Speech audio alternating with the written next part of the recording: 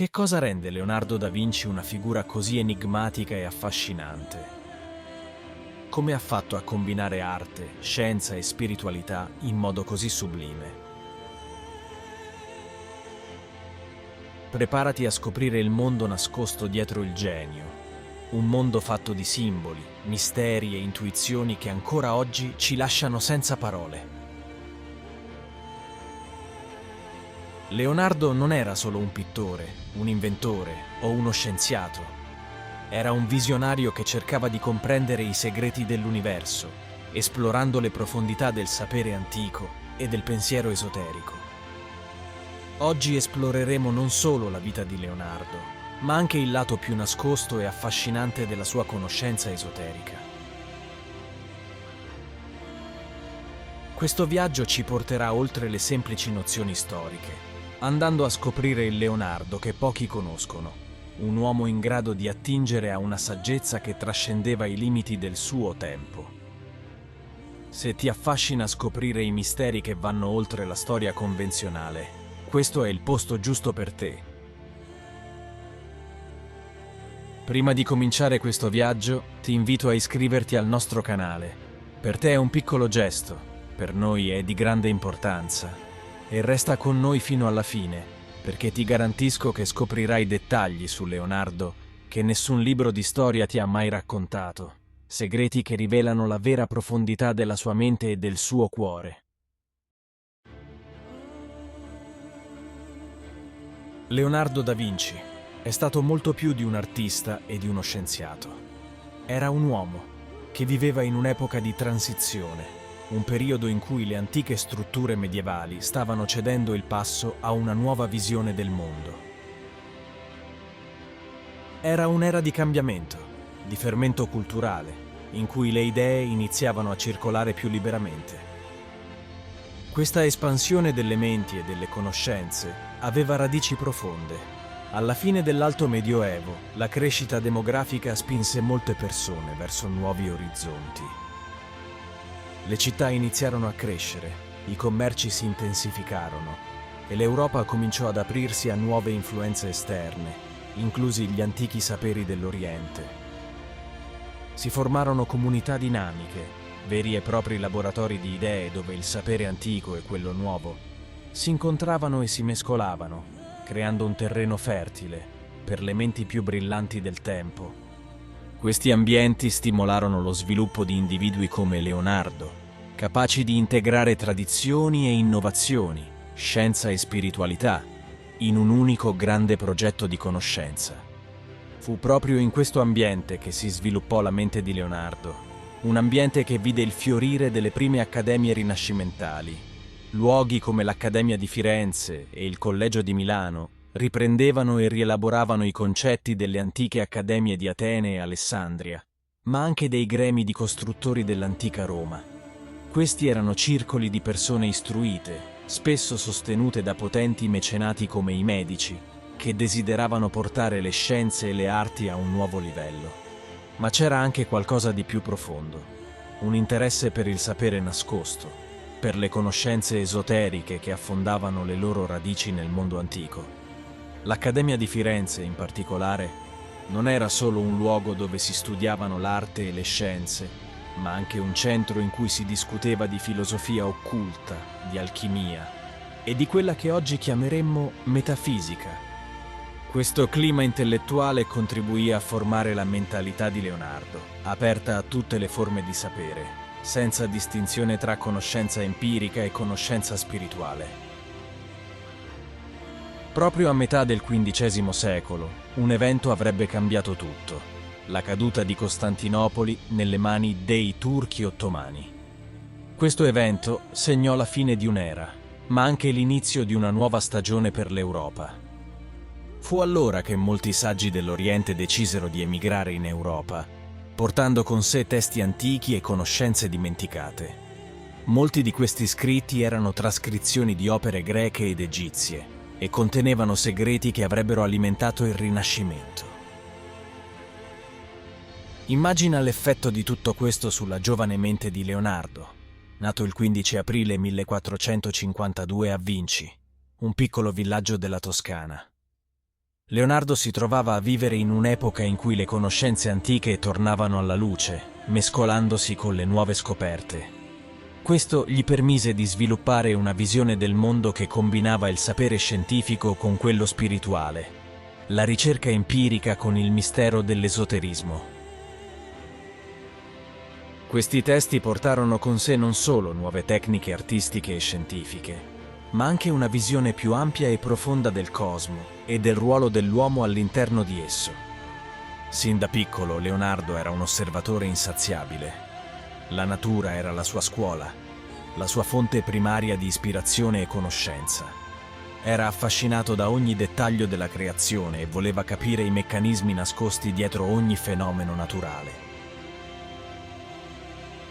Suo padre, vedendo il talento artistico del figlio, lo mandò all'età di 14 anni nella bottega di Andrea del Verrocchio, uno degli artisti più importanti di Firenze. Lì Leonardo non solo imparò le tecniche dell'arte, ma anche un ampio ventaglio di abilità tecniche che comprendevano la chimica, la metallurgia, la meccanica e l'anatomia. Questo era il suo ingresso nel mondo delle conoscenze arcane, delle scienze alchemiche che cercavano di svelare i segreti della materia e della vita. In bottega, Leonardo apprese l'importanza della sperimentazione diretta. Ogni materiale, ogni pigmento, ogni reazione chimica aveva per lui un significato profondo, una chiave per comprendere i misteri nascosti della natura. Non era solo un pittore che dipingeva quello che vedeva, ma un ricercatore che cercava di capire l'essenza stessa di ciò che rappresentava. La sua curiosità lo portò a studiare anche il funzionamento del corpo umano, sezionando cadaveri per capire come i muscoli si muovevano e come il sangue circolava, convinto che il corpo umano fosse una microcosmo dell'universo. Ed è qui che entra in gioco l'aspetto esoterico di Leonardo. Durante il suo apprendistato, Leonardo incontrò molti dei grandi pensatori del tempo, tra cui Botticelli, e collaborò con il suo maestro Verrocchio su opere che ancora oggi ci stupiscono per la loro profondità simbolica. Ma ciò che rende Leonardo davvero affascinante è il modo in cui la sua mente andò ben oltre l'arte. La sua visione era quella di un mondo in cui tutto era connesso, un mondo in cui la bellezza della natura non era semplicemente da osservare, ma da comprendere, da decifrare come un codice nascosto. Questo codice era visibile solo agli occhi di chi sapeva guardare con attenzione, di chi sapeva andare oltre le apparenze. Per Leonardo ogni fenomeno naturale aveva un significato nascosto, un simbolo che rimandava a una realtà più profonda. L'arte, la scienza e l'esoterismo non erano per lui campi separati, ma parti di un'unica grande indagine sull'essenza della vita.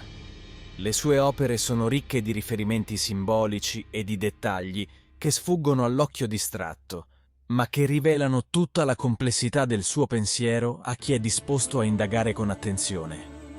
A questo punto mi piacerebbe sapere cosa ne pensi.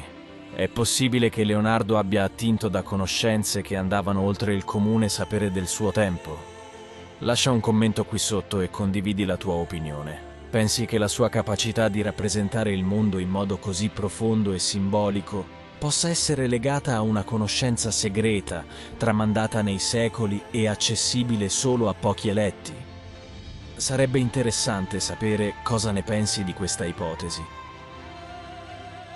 La sua fama crebbe rapidamente e a 20 anni Leonardo fu ammesso nella Gilda di San Luca, il gremio degli artisti e dei medici. Questo fu un momento cruciale per lui, poiché cominciò a lavorare indipendentemente e ad esplorare la sua visione unica dell'arte e della scienza. Uno dei suoi primi dipinti, il Battesimo di Cristo, dipinto insieme a Verrocchio, fu così straordinario che si dice che Verrocchio smise di dipingere, riconoscendo la superiorità del suo allievo.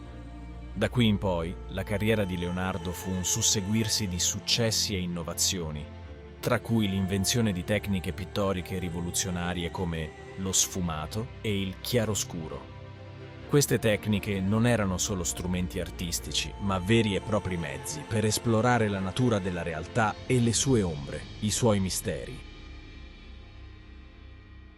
Un esempio significativo del pensiero matematico ed esoterico di Leonardo è il suo interesse per la sezione aurea, nota anche come proporzione divina. La sezione aurea è una proporzione matematica, approssimativamente uguale a 1,618, che si ritrova spesso in natura, dall'organizzazione dei petali dei fiori alla spirale delle conchiglie. Questa proporzione è stata utilizzata da Leonardo per raggiungere un equilibrio estetico e simbolico nelle sue opere. La sua applicazione nella Monna Lisa e in L'Ultima Cena non è solo un espediente tecnico per creare bellezza, ma rappresenta anche una profonda convinzione filosofica. La bellezza e l'armonia del cosmo possono essere comprese attraverso la matematica. La sezione aurea per Leonardo era un ponte tra il visibile e l'invisibile, un simbolo della perfezione divina che permea tutto l'universo. Lo sfumato permetteva a Leonardo di creare una transizione morbida tra luce e ombra, eliminando i contorni netti e dando alle sue opere un aspetto etereo, quasi soprannaturale. Questo approccio rifletteva la sua convinzione che la realtà non fosse statica, ma dinamica, in continuo mutamento.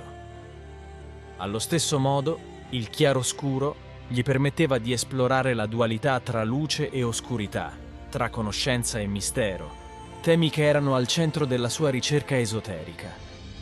Leonardo vedeva il mondo come un luogo pieno di segreti da svelare, e la sua arte era uno strumento per rivelare questi segreti a chi era disposto a guardare oltre la superficie. Molti dei dipinti di Leonardo, come la Vergine delle Rocce e l'Ultima Cena, sono carichi di simboli esoterici e di una profondità spirituale che va ben oltre la semplice rappresentazione artistica.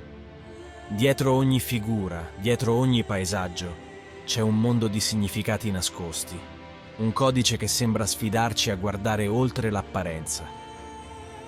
E questo è uno degli aspetti più affascinanti di Leonardo, la sua capacità di creare opere che parlano a più livelli, che possono essere comprese in modo diverso a seconda della profondità dello sguardo di chi le osserva.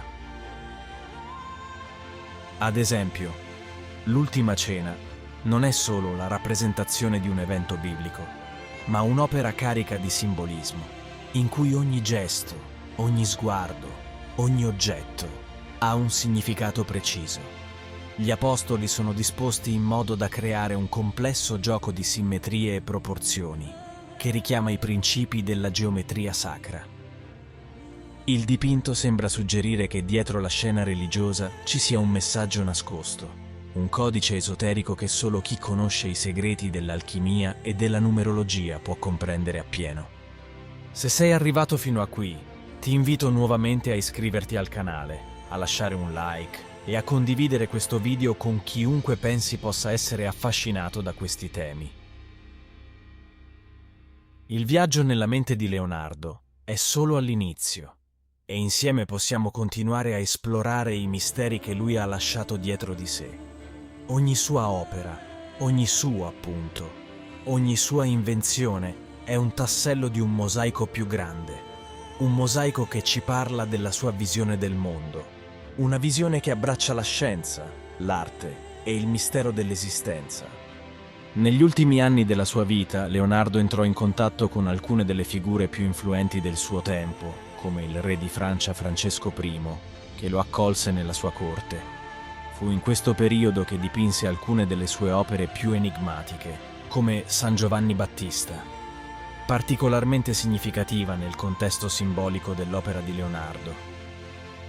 Giovanni è rappresentato con un sorriso enigmatico e un dito puntato verso l'alto, un gesto che suggerisce l'importanza della conoscenza spirituale e la connessione tra mondo terreno e quello divino. Questo gesto non è casuale, indica un percorso di elevazione, una direzione verso il cielo, simboleggiando la ricerca della verità superiore. San Giovanni, il precursore di Cristo, diventa qui il simbolo dell'iniziazione, dell'individuo che mostra la via verso la luce della conoscenza. Il gioco di luci e ombre nel dipinto non è solo una dimostrazione di abilità tecnica, ma rappresenta anche la dualità tra la luce della verità e dell'ignoranza. Leonardo non era solo un artista, ma un uomo che cercava di decifrare il significato profondo dell'esistenza. Un significato che vedeva riflesso nelle stelle, nelle piante, nel corpo umano e in ogni angolo della natura. San Giovanni Battista è un'opera che rappresenta il santo con un sorriso enigmatico e un dito puntato verso l'alto, un gesto che sembra indicare una verità nascosta, una conoscenza superiore a cui solo pochi possono accedere.